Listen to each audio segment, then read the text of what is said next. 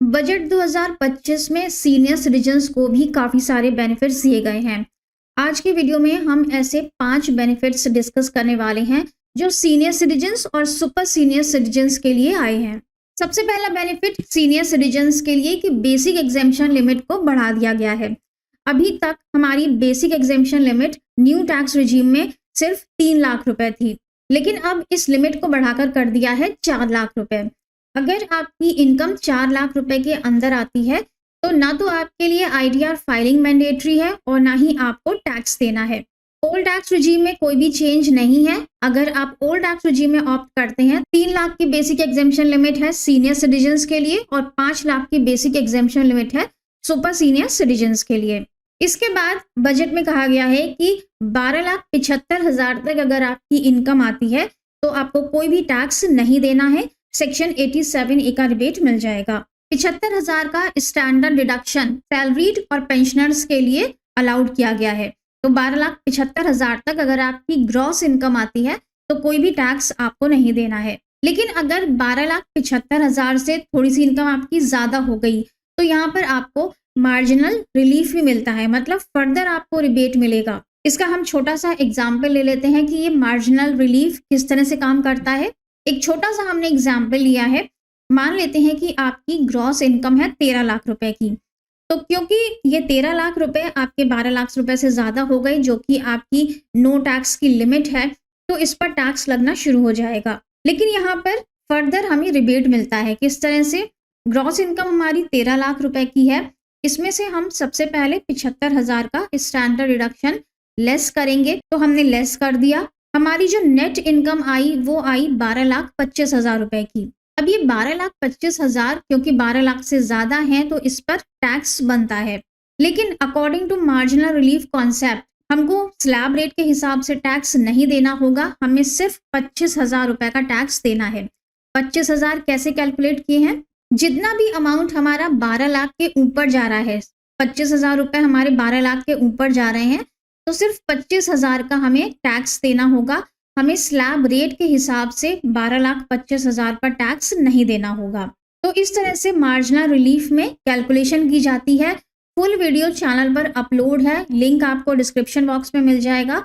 अगर आप डिटेल में जानना चाहते हैं कि मार्जिनल रिलीफ किस तरह से कैलकुलेट किया जाता है और ये कितनी इनकम तक लगता है, तो पहला पॉइंट तो हमारा यही हो गया कि 4 लाख रुपए बेसिक एग्जेम्पशन लिमिट हो गई है। 12,75,000 रुपए तक आपकी इनकम आती है तो कोई भी टैक्स आपको नहीं देना है। अब स्लैब रेट देख लेते हैं कि क्या हो गए हैं इस बार। तो 4 लाख रुपए तक की इनकम पर कोई भी टैक्स नहीं है। 4 से 8 लाख रुपए तक की इनकम पर 5% का रेट लगेगा। 8 से 12 लाख रुपए तक की इनकम पर 10% का रेट लगेगा। 12 लाख से 16 लाख पर 15% है। 16 लाख से 20 लाख पर 20% है। 20 लाख से 24 लाख पर 25% है और 24 लाख के ऊपर 30% है। करेंटली जो हम लोग टैक्स स्लैब रेट फॉलो कर रहे हैं उसमें 15 लाख के ऊपर 30% लगना शुरू हो जाता है। लेकिन बजट 2025 में जो कि एप्लीकेबल होगा अगले साल, इसके लिए 24 लाख से ऊपर की इनकम पर 30% का रेट कर दिया गया है। अगर हमारी इनकम 12 लाख रुपए तक आती है तो कोई भी टैक्स नहीं देना है। लेकिन 12 लाख से ऊपर हमारी इनकम हो जाती है तो स्लैब रेट के हिसाब से हमें टैक्स देना है। इसीलिए ये स्लैब रेट्स यहाँ पे बनाए गए हैं। अगर आपकी इनकम 20 लाख रुपए है तो कैलकुलेशन होगी पूरी स्लैब रेट के हिसाब से और उसी हिसाब से आपका टैक्स बनेगा। इसके बाद दूसरा बेनिफिट, एफडी पर जो टीडीएस डिडक्ट करती है बैंक या पोस्ट ऑफिस, उसकी लिमिट को बढ़ा दिया गया है। अभी तक क्या होता है कि अगर आपके एफडी का इंटरेस्ट 50,000 रुपए से ज्यादा हो जाता है तो बैंक उस पर टीडीएस काट लेता है। लेकिन अब इस लिमिट को 50,000 रुपए से बढ़ाकर 1 लाख रुपए कर दिया है। अब अगर आपका इंटरेस्ट 1 लाख रुपए से ज्यादा होगा तभी बैंक आपका टीडीएस डिडक्ट करेंगे।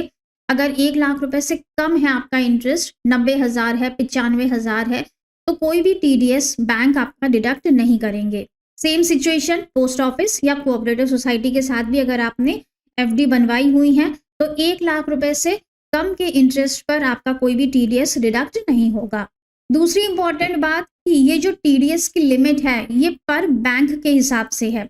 मान लेते हैं कि आपने 2 बैंक में एफडी करवाई हुई हैं और दोनों ही बैंक में आपका इंटरेस्ट 1 लाख रुपए से कम का बनता है। एसबीआई में आपने एफडी करवाई हुई है 10 लाख की, जहां पर कि आपका 70,000 का इंटरेस्ट बनता है, और 10 लाख की एफडी आपने एचडीएफसी बैंक में करवाई हुई है, वहां पर भी आपका 70,000 रुपए का इंटरेस्ट बनता है। दोनों ही बैंक्स में 1-1 लाख रुपए से ये कम का है, इसलिए आपका कोई भी टीडीएस डिडक्ट नहीं होगा।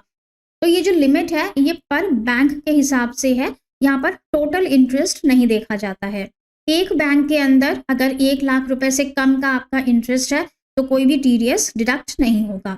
इसके बाद बात आती है फॉर्म 15H की। अगर आपका इंटरेस्ट 1 लाख रुपए से ज़्यादा है और आप चाहते हैं कि आपका टीडीएस डिडक्ट ना हो, तो आप बैंक में फॉर्म 15H सबमिट कर सकते हैं। इस फॉर्म को सबमिट करने से बैंक आपका कोई भी टीडीएस डिडक्ट नहीं करेंगे। लेकिन फॉर्म 15H को सबमिट करने की कुछ कंडीशंस होती हैं। अगर आपकी इनकम बेसिक एग्जेम्पशन लिमिट के ऊपर है या फिर आप टैक्स के दायरे में आते हैं, तो आपको ये फॉर्म सबमिट नहीं करना है। बेसिक एग्जेम्पशन लिमिट 4 लाख रुपए तक कर दी गई है। अगर आपकी इनकम 4 लाख रुपए से ज़्यादा की है तो आप फॉर्म 15H को जमा नहीं करेंगे। उस केस में बैंक आपका टीडीएस डिडक्ट कर लेंगे। बाद में आप आईटीआर फाइल करके अपना रिफंड क्लेम कर सकते हैं अगर आपकी इनकम 12,75,000 रुपए के अंदर आ रही है। तो आईटीआर फाइलिंग कंपल्सरी हो जाती है अगर आपकी इनकम 4 लाख रुपए को एक्सीड करती है। भले ही आपका टैक्स 0 हो जाएगा 12,75,000 रुपए तक, लेकिन अगर 4 लाख को एक्सीड कर गई, बेसिक एग्जेम्पशन लिमिट को एक्सीड कर गई है इनकम, तो आईटीआर फाइलिंग मैंडेटरी है।